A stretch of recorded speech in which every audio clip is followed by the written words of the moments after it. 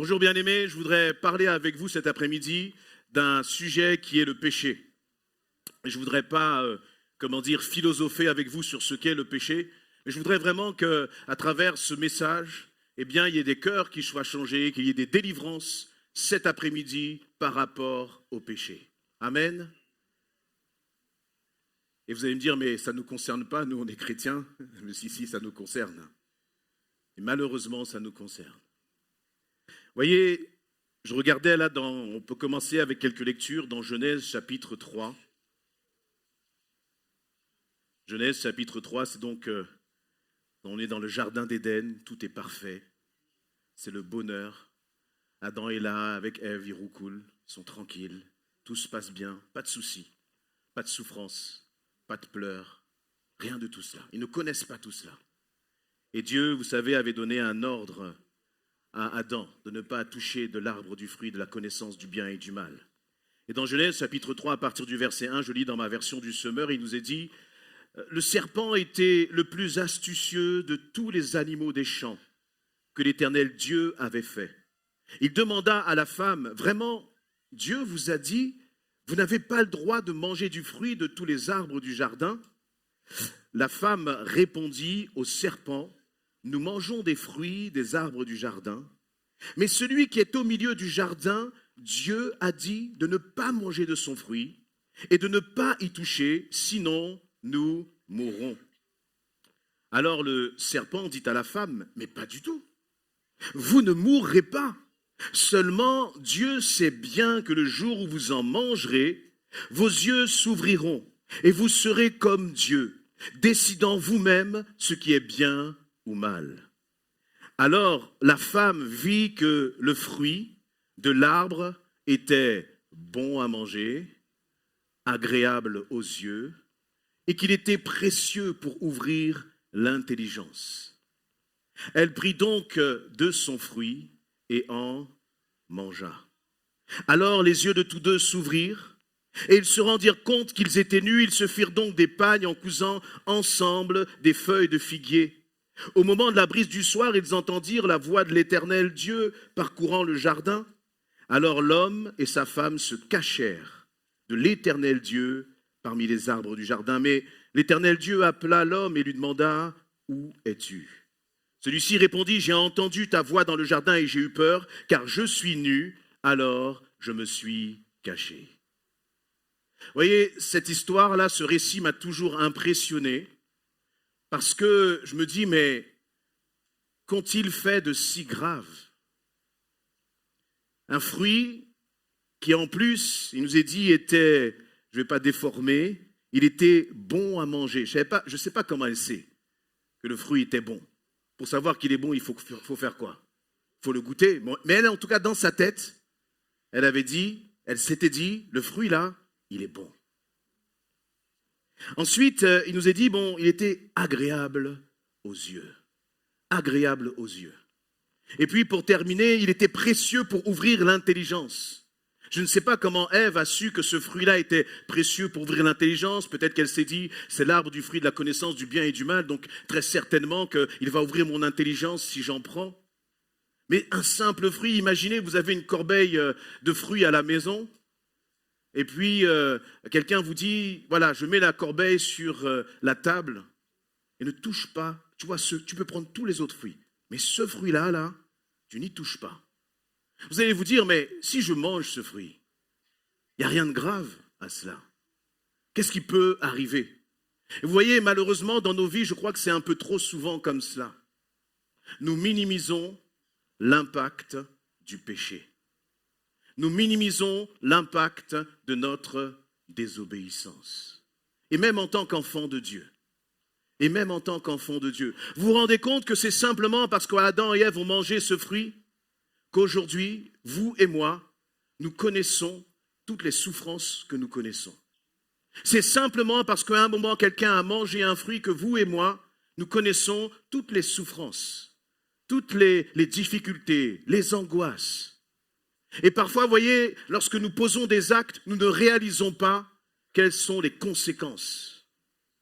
Parfois, nous allons être là à minimiser justement nos propres actes, sans réaliser que derrière chacun des actes posés qui ne correspondent pas à la volonté de Dieu, il y a un cataclysme qui peut se déclencher dans nos vies. Pour les jeunes, si vous ne marchez pas selon la parole de Dieu, il peut y avoir des cataclysmes qui peuvent se déclencher dans votre destinée. Pour les époux, pour les célibataires, c'est la même chose. Voyez, ce qui est important, ce n'est pas tant le fruit finalement. Ce qui est important, c'est le fait de ne pas avoir écouté ce que Dieu a dit. On ne peut pas minimiser ce que Dieu nous dit. On ne peut pas minimiser ce que Dieu nous demande de faire. Amen. Et voyez, ça commence juste dans la Genèse. Et puis après, on arrive dans le Nouveau Testament. J'ai été interpellé parce que j'ai pris, voyez, les prédicateurs un peu du Nouveau Testament. Je vais juste en prendre 3. Jean-Baptiste, c'est le premier prophète, ou on va dire le dernier des prophètes avant justement le ministère de Jésus. Dans Matthieu chapitre 3 au verset 1, il nous est dit « En ce temps-là, parut Jean-Baptiste prêchant dans le désert de Judée. » Je m'arrête là. Vous voyez, Jean-Baptiste, il a commencé, lui, à prêcher la venue de Jésus-Christ. Il a prêché comme pour annoncer justement le Messie qui allait venir, comme pour ouvrir la voie. Et laissez-moi vous dire que Jean-Baptiste n'a pas prêché la guérison. Jean-Baptiste n'a pas prêché la prospérité. Jean-Baptiste n'a pas prêché que tu aurais un bon couple, que tu aurais un époux, que tu aurais une épouse. Non, voici ce que Jean-Baptiste a prêché au verset 2. Il disait « Repentez-vous, car le royaume des cieux est proche. » D'après vous, combien de fois Jean-Baptiste a prêché cela? Je pense qu'il l'a prêché chaque fois, chaque instant, chaque moment. Pourquoi? Parce que Jean-Baptiste avait réalisé une chose, c'est que chaque jour, il y a des hommes et des femmes qui meurent. Et que ces hommes et ces femmes peuvent mourir même guéris. Ils peuvent mourir même avec une belle maison, avec un bel époux, une bonne famille. Mais s'ils n'ont pas Jésus-Christ, tous ces hommes et ces femmes vont droit en enfer. Et la priorité du message de Jean-Baptiste, c'était la repentance. La repentance. Alors la repentance, c'est un mot qui peut paraître un peu bizarre, un peu surprenant, mais c'est simplement un changement de vie, un changement de direction. Et ça, c'était pour Jean-Baptiste. Après Jean-Baptiste est venu Jésus. Matthieu chapitre 4, verset 17. Quand Jésus a commencé à entrer dans son ministère, il nous est dit que dès ce moment, Jésus commença à prêcher et à dire « Repentez-vous, car le royaume des cieux est proche. » Jésus, le prédicateur par excellence, quel était son message? C'était un message de repentance. Un message de repentance. Repentez-vous. Et vous savez, la repentance, ce n'est pas une seule fois. Sinon, j'aurais fait, ce message pendant les instructions de baptême. Mais je crois que la repentance, elle nous concerne, nous aussi, qui avons déjà donné notre vie à Jésus-Christ. Nous aussi qui sommes déjà passés par les eaux du baptême, la repentance est un message qui me concerne et qui te concerne, mon frère, ma sœur. Et troisième prédicateur, je terminerai avec celui-là. Donc vous voyez, si on regarde un peu chronologiquement, avant Jésus, on avait Jean-Baptiste qui prêche la repentance. Jésus arrive et lui, que va-t-il prêcher? La repentance. Et puis après Jésus, il va être crucifié, il va repartir à la droite du Père. Et récemment, justement, nous avons fêté la Pentecôte. Même si la Pentecôte, c'est tous les jours. Et je crois qu'aujourd'hui encore, le Seigneur veut baptiser du baptême dans le Saint-Esprit. Mais c'est intéressant de voir que le premier message que Pierre a prêché après la Pentecôte, devinez de quoi a-t-il parlé? De la repentance. De la repentance. Il nous est dit dans Actes 3, 19, repentez-vous, et c'est Pierre là qui parle, repentez-vous donc et convertissez-vous pour que vos péchés soient effacés. Et j'aime la partie le verset 20 qui dit, afin que des temps de rafraîchissement viennent de la part du Seigneur et qu'il envoie celui qui vous a été destiné, Jésus-Christ. Des temps de rafraîchissement. Vous voyez, il dit que pour qu'il y ait des temps de rafraîchissement, pour que toi tu vives des temps de rafraîchissement dans ton quotidien, dans ton couple, dans ta famille, dans ta maison, sur ton lieu de travail, partout où tu es, si tu veux vivre des temps de rafraîchissement, il y a une condition, c'est de vivre une vie de repentance. On peut crier à Dieu, bénis, bénis, bénis-moi, Seigneur. s'il n'y a pas de repentance, si nous marchons encore en esclaves du péché, alors que nous avons donné notre vie à Jésus-Christ, il n'y a pas de rafraîchissement pour celui qui marche dans le péché. Ce n'est pas possible. Et Jésus, il nous était dit tout à l'heure, Jésus justement prêchait la repentance parce que le royaume des cieux est proche. Mais Jésus, ça remonte à combien de temps quand il prêchait cela? 2000 ans? D'après vous, le royaume des cieux est plus proche maintenant ou au temps de Jésus? Il est plus proche maintenant. Donc ça veut dire que le royaume des cieux est, je dirais, très très proche. Donc si le royaume des cieux est très très proche, ça veut dire que nous devons encore plus prêcher la repentance. Parce que ni vous ni moi ne savons si demain même nous allons nous réveiller. Ni vous ni moi ne savons demain si le royaume des cieux ne sera pas établi, si le Seigneur ne viendra pas pour enlever justement ceux qui auront appris à marcher dans la sanctification, dans la sainteté. Et c'est tellement important, bien-aimés, tellement important. Je voudrais qu'on puisse partager justement, et j'avais commencé par ce passage de la Genèse, en vous disant, mais voyez, ce fruit-là, il a l'air comme innocent. C'est rien, Seigneur. Et parfois, c'est de cette façon-là que nous agissons avec nos propres péchés. Mais Dieu, lui, nous appelle à ne pas minimiser le péché. Et j'aimerais que tu puisses là, c'est pas toi qui vas le faire. Je prie vraiment que le Saint-Esprit puisse te montrer là en ce moment même où je suis en train de te parler. Quel est le fruit que tu es en train de regarder? Vous voyez, dans le jardin, je pense que Ève, elle devait, et puis Adam, je ne sais pas comment ça se passait, les deux là, mais ils devaient passer à côté de l'arbre, et puis regarder le fruit, lever la tête. Vous voyez, regarder le fruit, 1 jour, 2 jours, et puis commencer à réfléchir par rapport à ce fruit. Vous savez, quand il y a des choses comme ça, il vaut mieux baisser la tête, il vaut mieux détourner les regards et ne pas se laisser tenter par ces choses-là. Mais là, dans ton cœur, quel est le fruit que le Seigneur est en train de te montrer? Ce fruit pour lequel tu es en train de te dire, c'est pas grave, ça ne fait rien, c'est pas si méchant que cela. Est-ce que vraiment Dieu a dit cela? Chacun de nous, il y a des failles justement dans nos existences par lesquelles l'ennemi veut nous tenter et nous faire tomber. Et je voudrais vraiment là que le Saint-Esprit là puisse commencer à te montrer les fruits pour lesquels il est absolument fondamental que tu puisses t'éloigner. Parce que ta vie est en danger. Ton salut est en danger. Si tu continues à regarder ce fruit-là comme étant quelque chose de beau, quelque chose qui va te donner de l'intelligence, quelque chose qui serait même agréable à manger. Et je le redis encore une fois, j'ai été frappé, c'est ce qui m'a amené à partager cette pensée avec vous. C'est dans Éphésiens chapitre 4. Éphésiens chapitre 4.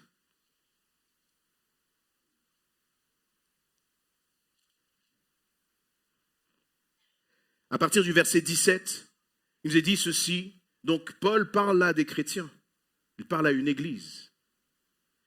Une église qui a commencé justement en étant touchée par la puissance du Saint-Esprit, on pourrait le voir dans Acte 19. Donc je vais dire une église qui a toutes les bases pour avancer, pour progresser, pour croître avec Christ. Et là, quelque temps plus tard, Paul écrit cette lettre à l'église d'Éphèse et dans le verset 17, il dit « Voici donc ce que je vous dis, ce que je vous déclare au nom du Seigneur. Vous ne devez plus vivre comme les païens, qui suivent leurs pensées vides de sens. Ils ont en effet l'intelligence obscurcie et sont étrangers à la vie que Dieu donne à cause de l'ignorance qui est en eux et qui provient de l'endurcissement de leur cœur. Ainsi, perdus tout sens moral, ils sont livrés à l'inconduite pour se jeter avec frénésie dans toutes sortes de vices. Mais vous, je vais m'arrêter là et on continuera ensuite. Voyez, Paul commence à dire, ne vivez pas comme les païens. Parce que les païens, finalement, leur pensée est vide de sens. Ils ont l'intelligence obscurcie. Ils sont étrangers à la vie de Dieu. Leur cœur est endurci. Ils perdent tout sens moral. Est-ce que vous n'avez pas l'impression que notre société est en train de perdre son sens moral? Est-ce que vous n'avez pas l'impression que notre société, justement, n'arrive même plus à faire la distinction entre le bien et le mal? Pire que cela, le mal est même mis comme modèle, comme référence. Et dans tous les domaines, même dans le domaine de la famille. Laissez-moi vous dire, nous sommes aujourd'hui en train de fêter la fête des mères. Vous savez ce qui va arriver dans quelques temps? On vous dira, il ne faudra plus dire ni père ni mère, mais ça sera la fête des tuteurs, ou je ne sais quoi d'autre. C'est la folie de ce monde. Mais vous savez ce qui est grave, c'est que dans ce passage-là, eh bien, Paul est en train de dire, n'agissez pas comme eux. C'est comme s'il y avait une tendance pour l'Église à vivre justement selon le siècle présent. C'est comme s'il y avait une attirance pour ceux qui se disent enfants de Dieu, pour être influencés par le monde, au lieu que ce soit nous qui influencions le monde. Il prend là les païens comme référence. Et laisse-moi te dire que si tu n'as pas encore donné ta vie à Jésus-Christ, et que tu continues de marcher selon ce monde, et je te le dis par amour, tu marches en suivant des aveugles. Et lorsque l'on marche en suivant des aveugles, on chute. Et tu chuteras toute ta vie. Tu seras en échec toute ta vie si tu ne marches pas selon Jésus-Christ.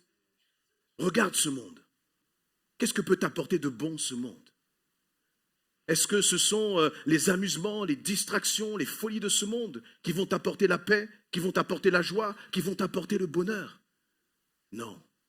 Laisse ce fruit-là défendu et attache-toi à Jésus-Christ.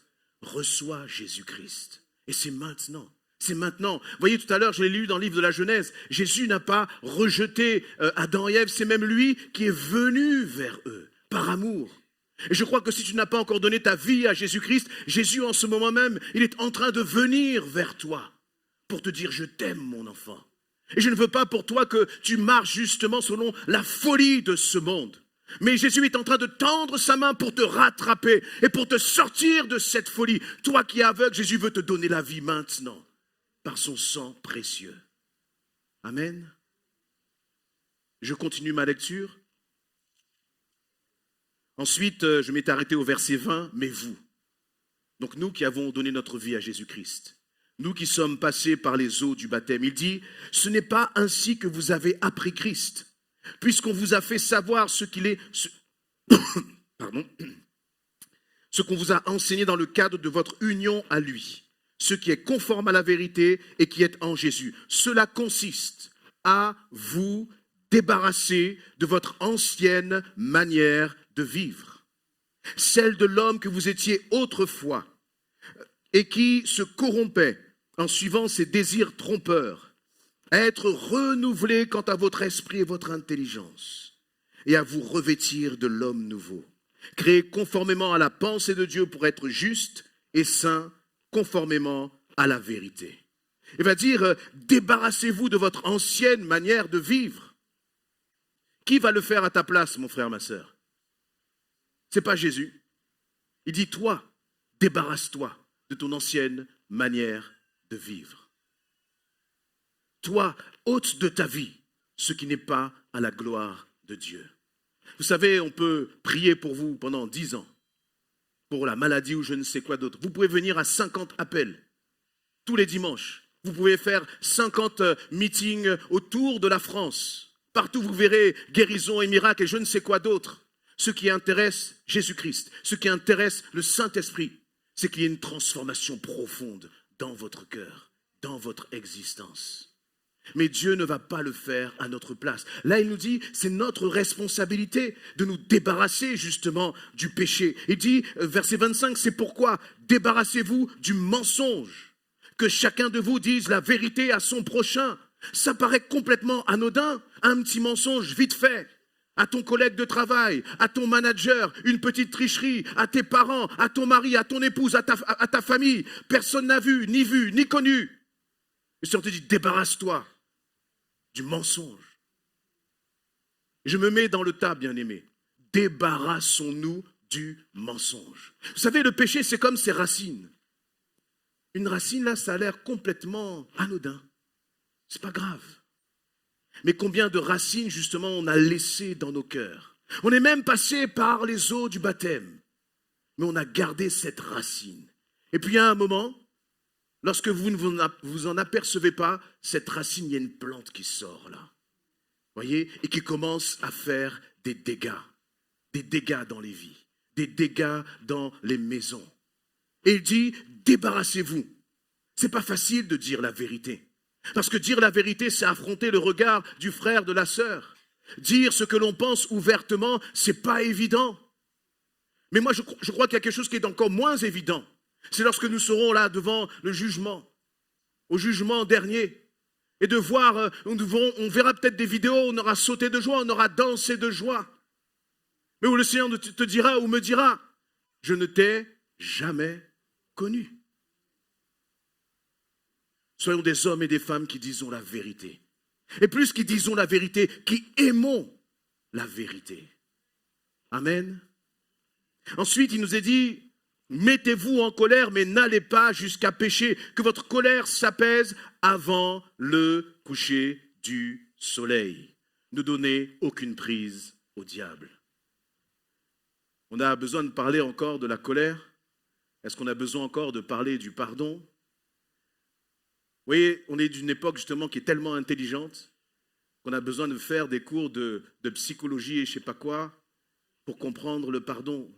Je veux bien, mais tout doit commencer par un acte d'obéissance.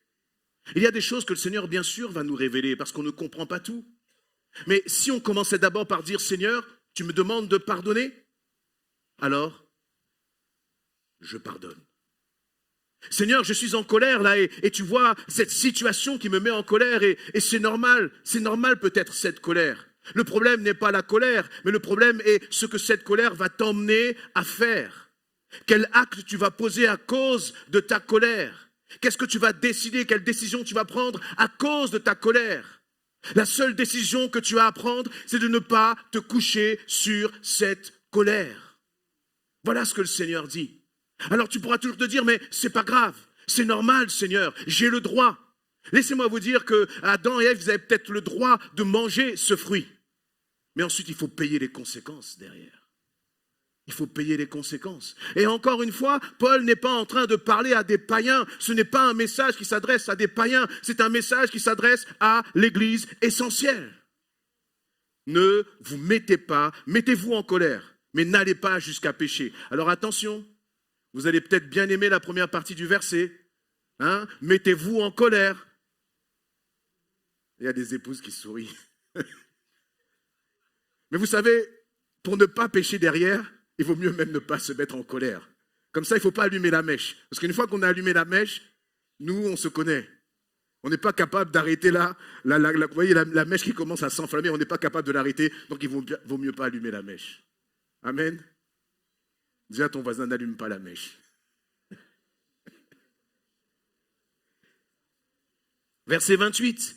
Que le voleur cesse de dérober, qu'il se donne plutôt de la peine et travaille honnêtement de ses mains pour qu'il ait de quoi donner à ceux qui sont dans le besoin. C'est bizarre quand même de lire cela pour une église.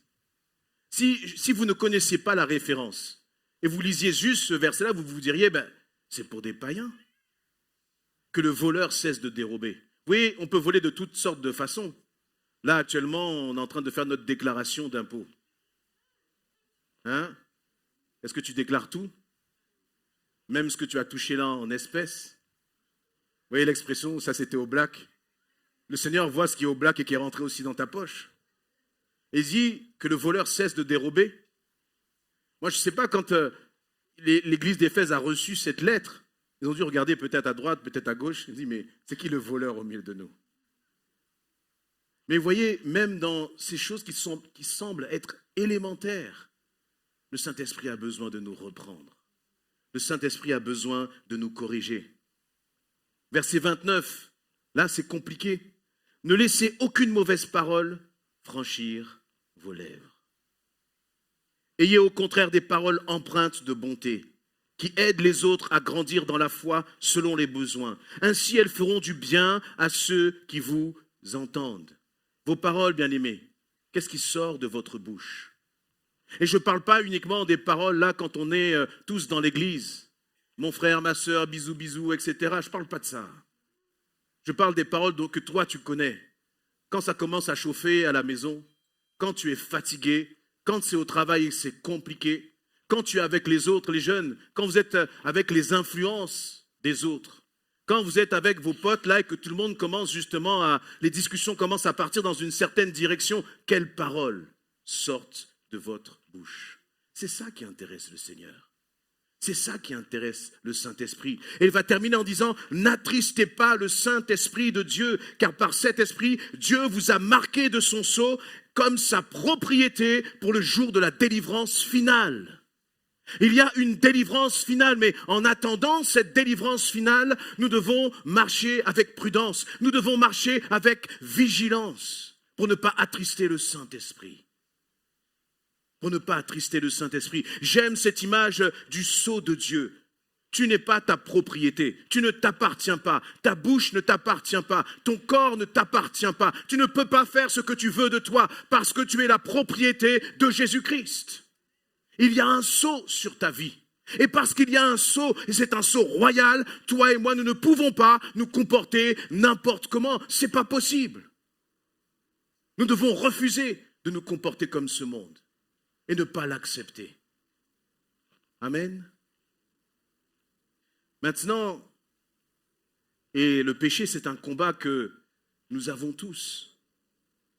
Que nous dit justement, voyez, si je me positionnais d'une façon, j'allais dire, un peu médicale, il y a tout ce qui est autour de la prévention. Et ensuite, on verra quel traitement si je tombe. Parce qu'ici, l'Église, ce n'est pas un tribunal. Jésus n'est pas venu pour juger le monde. Il est venu pour le sauver. Il est venu pour te sauver. Amen.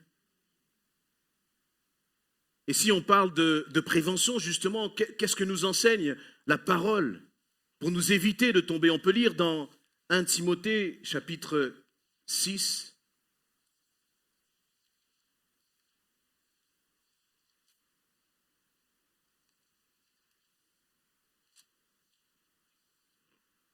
« 1 Timothée 6 ». J'arrive à me l'afficher.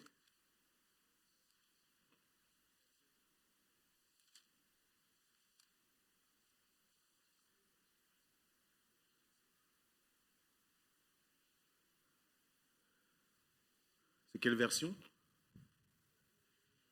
Ça meurt? Ok. Les croyants qui sont esclaves Les croyants qui sont esclaves doivent considérer leur maître. Non, c'est pas ça, pardon. «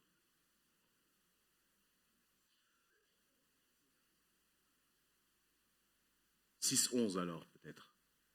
Là, tu as quel verset? J'arrive pas à voir le verset, en fait. Ah oui, ça y est, c'est ça. Merci. « Mais toi, homme de Dieu, fuis toutes ces choses. Recherche ardemment la droiture, la piété, la fidélité, l'amour, la persévérance, l'amabilité. » Là, l'apôtre Paul écrit à Timothée. Et vous voyez, s'il fait ses recommandations à Timothée, c'est que Timothée lui-même aussi avait ses tentations, comme chacun d'entre nous, comme Jésus lui-même a été tenté. Et là, j'allais dire, être chrétien, c'est un style de vie. Et ce style de vie va consister déjà à fuir tout ce qui n'est pas à la gloire de Dieu. Vous savez, des fois, on se pose des questions sur est-ce que je peux regarder telle chose? Est-ce que je peux écouter telle musique? Je crois que Dieu ne va pas donner des règles. Vous voyez, la Bible n'est pas une sorte de dictionnaire de règles ou de liste de règles de ce que tu dois faire, de ce que tu ne dois pas faire. Mais il y a des principes de vie qui vont t'aider à te garder, qui vont t'aider vraiment à marcher justement dans la sainteté. Premièrement, fuir. Fuir toutes ces choses, tout ce qui ne glorifie pas le Seigneur. Et là, je crois que si tu es honnête avec toi-même, et que tu considères justement ces fruits qui sont en train de t'intéresser, ces fruits que tu voudrais caresser, ces fruits que tu voudrais croquer, si tu commences à te dire, Seigneur, je dois fuir cela, eh bien je crois que déjà ça t'évitera de tomber dans le péché. Fuir. Il faut du courage pour fuir, parce que ce n'est pas toujours évident. Et ça s'applique dans toutes les situations de nos vies à chacun. Dans toutes les situations de nos vies. Je voudrais parler juste une petite parenthèse aux parents. Les parents, il faut que nous aidions nos enfants à fuir. Il faut prévenir nos enfants. Il faut les enseigner. Et il faut aussi les protéger. On l'a déjà dit à plusieurs reprises ici. Vous savez, nos jeunes, ils ont des portables à 12, 13 ans, ils vont au collège, on a besoin de savoir où ils sont, etc. c'est normal, on peut le comprendre.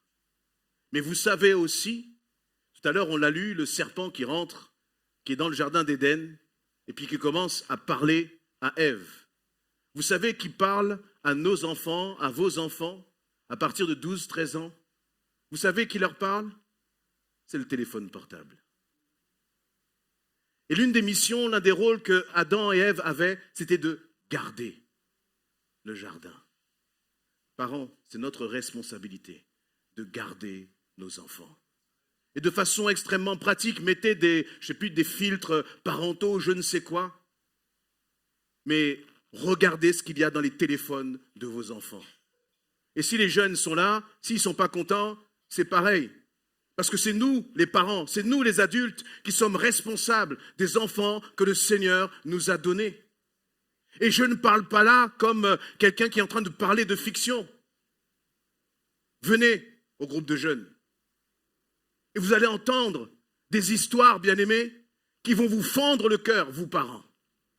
Venez dans le groupe de jeunes, venez passer des entretiens avec les pasteurs. Et je ne parle pas de jeunes qui ont 25 ans. Je parle de jeunes qui ont 12, 13, 14, 15 ans. Et qui vous parlent déjà d'addiction à la pornographie. Qui vous parlent déjà de liens, alors que ce devrait être des enfants qui sont encore dans l'innocence. Mais Satan a terminé avec la question de l'innocence. Il est là comme un lion cherchant qui dévorer, égorger et détruire. Et il ne se dit pas, je vais attendre que tu aies 18 ans pour le faire. Dès le moment où votre enfant sort du ventre de la maman, Satan commence à actionner ses plans ténébreux sur nos enfants. Et nous qui sommes parents, nous qui sommes enracinés en Christ, nous ne pouvons pas nous permettre d'être légers. Nous ne pouvons pas nous permettre de ne pas être comme des gardiens sur la vie de nos enfants. Parce qu'il y a des choses sérieuses qui se jouent là. Et j'allais dire que dans l'éducation de nos enfants, apprenons nos enfants à fuir. Apprenons nos enfants à se positionner par rapport à leurs camarades de classe, par rapport à leur environnement. C'est important, bien-aimé. Parce que pendant que ton enfant est là dans sa chambre tout seul, avec son téléphone portable, est-ce que tu sais ce qu'il regarde? Est-ce que tu sais ce qu'il est en train d'écouter?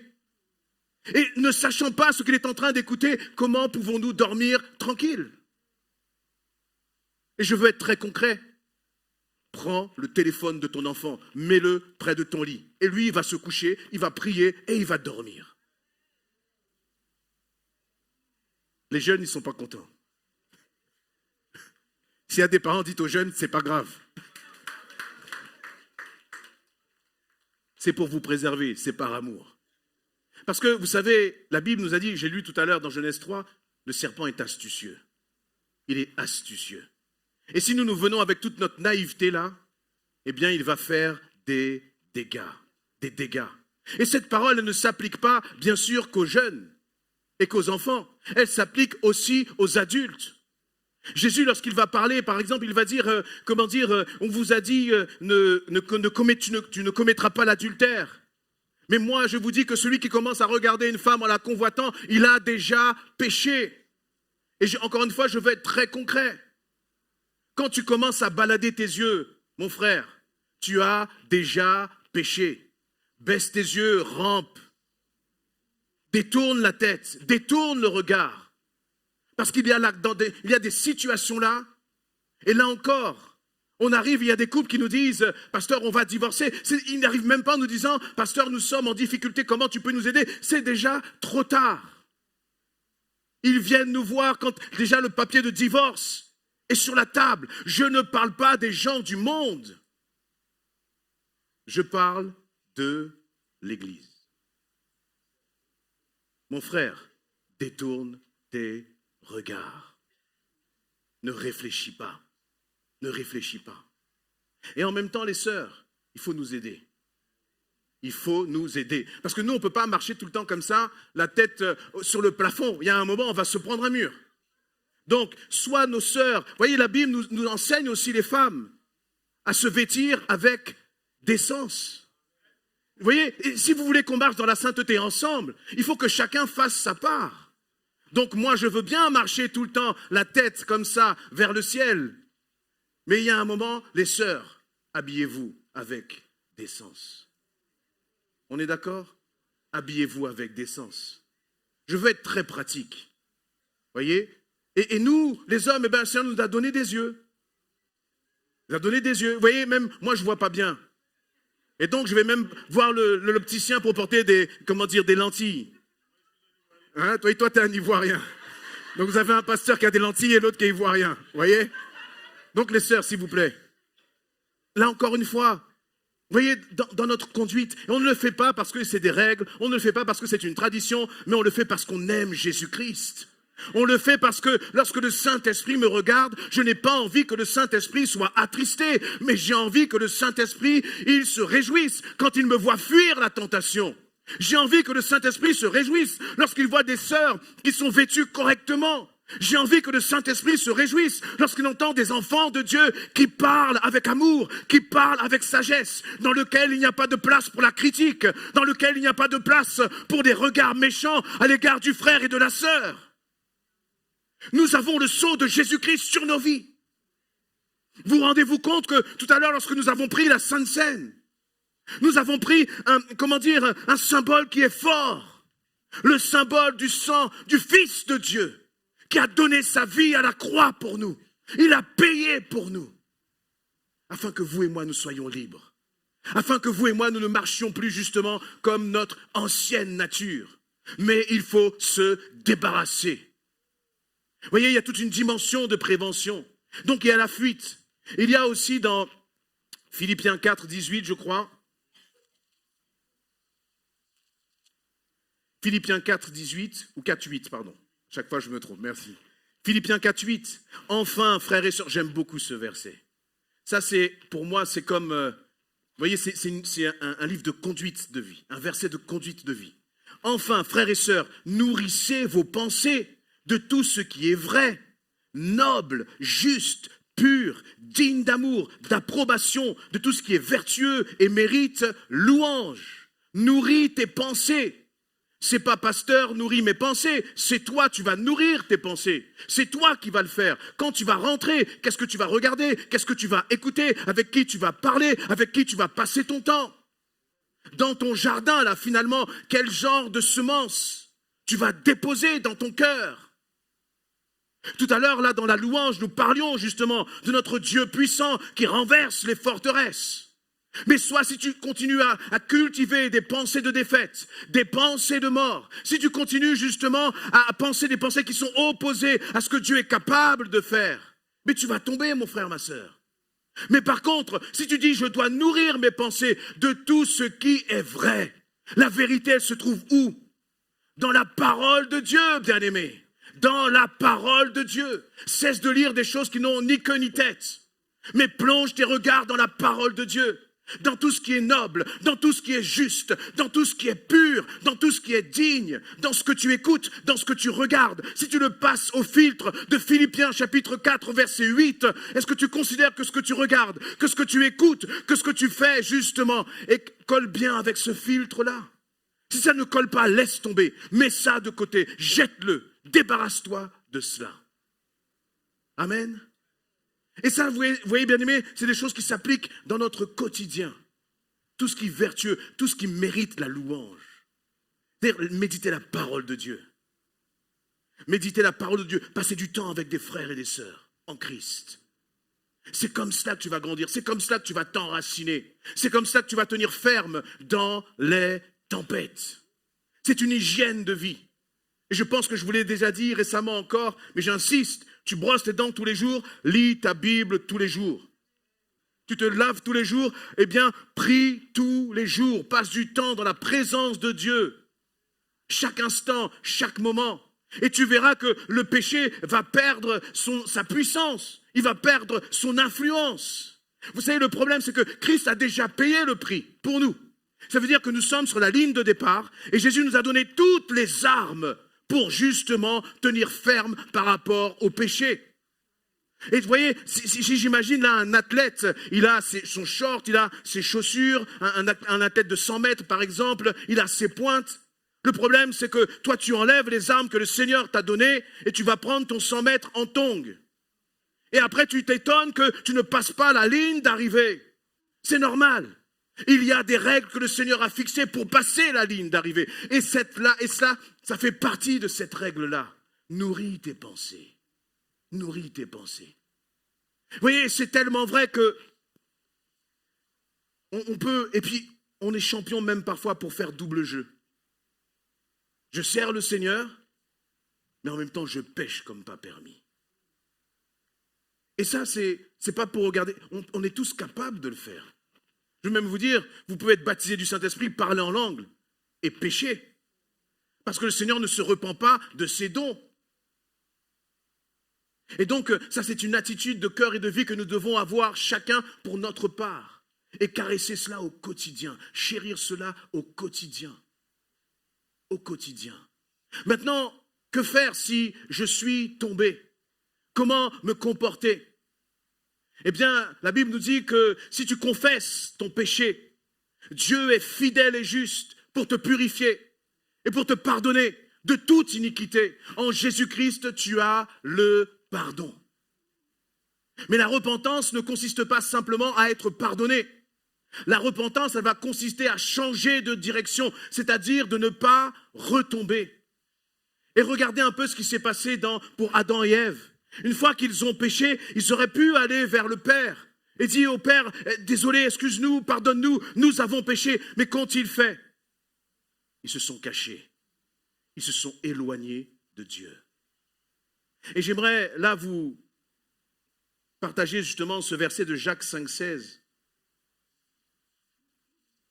et vous donner là aussi un élément très pratique par rapport à la façon d'agir et de réagir face au péché. Vous voyez, trop souvent, et on le comprend, c'est notre nature, on a péché, on a honte. Personne ne va, va prendre un étendard et dire « j'ai péché, j'ai péché, j'ai péché ». Mais ceci dit, il nous est dit dans Jacques 5,16, confessez vos péchés. C'est quoi la suite? Les uns aux autres. Ça veut dire j'ai péché. Je vais voir le pasteur Patrice. Je lui dis, mon frère, je suis tombé. J'ai péché. Et priez les uns pour les autres. Comment le pasteur Patrice peut prier pour moi s'il ne sait pas que je suis tombé? Mais à cause de l'orgueil, à cause de la honte, on préfère hypothéquer notre éternité. On préfère même risquer de perdre notre éternité, plutôt que de se confesser les uns aux autres et de prier les uns pour les autres, afin que vous soyez guéris. Vous voyez, lorsque vous avez péché, ça va entraîner des conséquences dans votre âme, dans votre esprit. Et on peut parler, par exemple, dans le domaine de l'impudicité. Je pêche, je tombe, je ne dis rien à personne, mais je demande, Seigneur, je te demande pardon. Mais vous savez, dans ce domaine-là, comme dans d'autres, il y a des combats dans lesquels on a besoin du frère et de la sœur pour les mener, pour nous soutenir, pour être le gardien l'un de l'autre. Ce n'est pas les confesser le péché aux autres pour que l'autre me lapide et me juge, mais c'est pour qu'il puisse me soutenir dans la prière.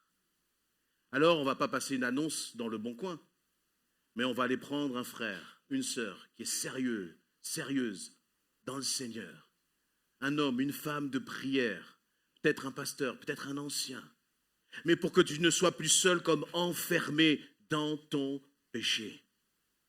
C'est intéressant, on ne va pas le lire là, mais dans Acte 19, il nous est dit que c'est le moment où il y a eu l'implantation de l'église d'Éphèse. Cette même église dont nous étions en train de lire tout à l'heure, ces avertissements. Et vous savez ce qu'il nous est dit? Il nous est dit que, lorsque les disciples ont commencé à prêcher à Éphèse, les vies ont été touchées et chacun a dit publiquement son péché. Publiquement son péché. Et de le dire publiquement ou de le confesser à un frère ou une sœur, encore une fois, ça permet d'être aidé, d'être accompagné. Parce qu'on n'est pas là pour nous condamner les uns les autres, pour nous juger les uns les autres, mais on est là pour s'assurer que chacun d'entre nous, nous allons passer ensemble la ligne d'arrivée. la ligne d'arrivée. Et parfois, il y a des combats qui sont difficiles. Vous voyez, et on en a tous eu, où c'était difficile. Mais le fait d'avoir comme un frère, une sœur à côté, le fait de se dire, ben voilà, tu connais cette faille que j'ai, je te demande de prier pour moi. Et puis ça permet même peut-être quand la tentation revient et que vous sentez que c'est difficile, vous sentez que c'est compliqué, eh bien ça permet de dire, de rappeler ce frère, de rappeler cette sœur, là, c'est chaud, est-ce que tu peux prier avec moi? Est-ce que tu peux prier là maintenant? J'en ai besoin, j'ai besoin de ton aide, j'ai besoin de ton soutien, là maintenant. C'est vraiment important, bien-aimés, parce que sinon vous pouvez mourir dans la honte, en pécheur, parce que nous n'avons pas observé ce que le Seigneur nous demandait de faire. Amen. Je vais terminer, le temps passe vite. Là, je termine juste avec ce point, peut-être 2 points. La dissimulation, ce que je disais par rapport au péché. Celui qui cache ses transgressions, la Bible dit qu'il ne prospère pas. C'est-à-dire, vous voyez, parfois, vous avez l'impression que ça, c'est pas trop grave. Mais finalement, comme vous le cachez, eh bien, il y a comme un bloc, là, un rocher devant votre vie qui vous empêche d'avancer, qui vous empêche de prospérer, qui vous empêche justement d'entrer dans les projets que Dieu a pour vous. Pourquoi? Eh bien, c'est parce que vous cachez ce péché. Même dans la dimension du baptême dans le Saint-Esprit. Vous voyez, il n'y a pas de cohabitation. Je marche dans la sanctification. Oui, quand on parle du Saint-Esprit, c'est devenu presque une expression pour nous. Mais c'est l'Esprit de Dieu qui est saint. Saint, saint, saint. Et son esprit. Et on ne peut pas jouer double jeu. Mais par contre, celui justement qui va, avouer ses fautes, eh bien lui, là, le Seigneur va le faire prospérer. Lui, le Seigneur va le faire prospérer. Bien-aimés, soyons de ceux qui marchons vraiment selon la volonté de notre Seigneur. Je voudrais terminer avec ce verset dans 2 versets. 1 Corinthiens 10, 13, je vous le lis rapidement. « Aucune tentation ne nous est survenue qui n'ait été humaine. Et Dieu, qui est fidèle, ne permettra pas que vous soyez tentés au-delà de vos forces. Mais avec la tentation, il préparera aussi le moyen de s'en sortir afin que vous puissiez la supporter ou afin que vous puissiez y résister dans cette version. » C'est-à-dire que Dieu dit, il y a des tentations qui sont en face de toi, mais ne t'inquiète pas, quelles qu'elles soient. Tu as l'impression que c'est insurmontable. Tu as l'impression que ce n'est pas possible pour toi de t'en sortir. Tu as l'impression que ça fait des années que tu es englué dans cette tentation, dans ce péché. Mais Dieu te dit que lui, il a déjà prévu le moyen de t'en sortir. Ce qui veut dire qu'il n'y a pas d'enfant de Dieu qui ne soit pas plus fort que le péché. Il n'y a pas d'enfant de Dieu qui ne puisse sortir du pouvoir du péché. Ça n'existe pas. Parce que Dieu a déjà prévu pour toi le moyen que tu puisses t'en sortir. Amen. Pendant que je vais appeler le groupe de louanges, et je vais terminer avec cette bataille finale. On a commencé avec le serpent, on va finir avec le serpent. Apocalypse 12, verset 9, nous est dit, « Il fut précipité le grand dragon, le serpent ancien, qu'on appelle le diable et Satan, celui qui égare le monde entier. Il fut précipité sur la terre, et ses anges furent précipités avec lui. Puis j'entendis dans le ciel une voix puissante qui disait, « Maintenant, le temps du salut est arrivé. Maintenant, notre Dieu a manifesté sa puissance. Il a instauré un royaume. Maintenant, son Messie a pris l'autorité en main, car l'accusateur de nos frères, celui qui jour et nuit les a accusés devant Dieu, a été jeté hors du ciel. Mais eux, ils l'ont vaincu. » Quand il est dit eux, là, c'est nous, bien-aimés. Ils l'ont vaincu, nous l'avons vaincu, grâce au sacrifice de l'agneau, grâce au témoignage qu'ils ont rendu pour lui, car ils n'ont pas aimé leur vie jusqu'à redouter et mourir. Réjouis-toi donc au ciel, et vous qui habitez au ciel, réjouissez-vous. Mais malheur à la terre et à la mer, le diable est descendu vers vous rempli de rage, car il sait qu'il lui reste très peu de temps. Lorsque tout à l'heure je disais que Jésus disait confessez, repentez-vous car le royaume des cieux est proche. Le royaume des cieux est proche veut dire que Jésus revient, Mais ça veut dire aussi que la chute de l'ennemi est proche. Ça veut aussi dire que l'ennemi est vaincu dans ta vie. Ça veut aussi dire que ce serpent ancien, il a été brisé, il nous est dit, par la puissance du sang de l'agneau, par le sacrifice de l'agneau. Lorsque je suis en train là maintenant de parler, les chaînes du péché doivent tomber dans ta vie dans le nom de Jésus-Christ. Il n'y a personne qui doit ressortir de ce lieu avec des chaînes à ses pieds. Il n'y a personne qui doit ressortir de ce lieu en disant le péché est trop fort, ma colère est trop forte, j'ai telle chose qui me tient, je n'arrive pas à m'en débarrasser. Et tout à l'heure, quand j'étais assis sur la chaise là, je pensais à des épouses, je pensais à même des enfants, des épouses qui ont entendu des paroles de leur mari et qui ont commencé à s'habituer à avoir à l'égard de leur époux des paroles amères, des pensées amères. Mais le Seigneur te dit, quel que soit ce qu'a fait ton mari, ses paroles ne sont pas à ma gloire. Quel que soit le comportement de ton époux, ses paroles et ses pensées d'amertume ne sont pas à ma gloire. Et je ne permettrai pas que tu te laisses enfermer dans le péché à cause de ces paroles. Et le Seigneur veut te libérer. Lorsque j'étais assis sur cette chaise, il y avait ces pensées pour des jeunes justement qui en veulent à leurs parents. Ta mère, ton père ne t'a pas respecté. Il y a des pensées là dans ton cœur qui s'agitent. Mais le Seigneur te dit, honore ton père et ta mère. Si tu m'obéis, si tu me fais confiance, si tu fais ce que je te dis, alors je manifesterai ma gloire dans ta vie, te dit le Seigneur. Mais débarrasse-toi. Débarrasse-toi de tout ce qui n'est pas à ma gloire, te dit le Seigneur. Alléluia. Veuillez vous tenir debout. Merci d'avoir été avec nous. Merci de votre présence. Dieu vous bénisse abondamment. Soyons vraiment remplis de l'Esprit de Dieu. Soyons des vainqueurs que nous sommes. Au nom de Jésus. Seigneur, nous te confions, mon Dieu, notre départ, Seigneur, et nous te remettons toute cette semaine. Seigneur, merci, oh Dieu, tu nous aides à garder nos pensées, à garder nos paroles, Seigneur, mon Dieu, nos actions, oh Dieu, vraiment contrôlées, Seigneur, par le Saint-Esprit, afin que nous ne péchions point contre toi. Sois béni pour la victoire que tu nous donnes, au nom de Jésus. Amen. Soyez bénis. Bon retour.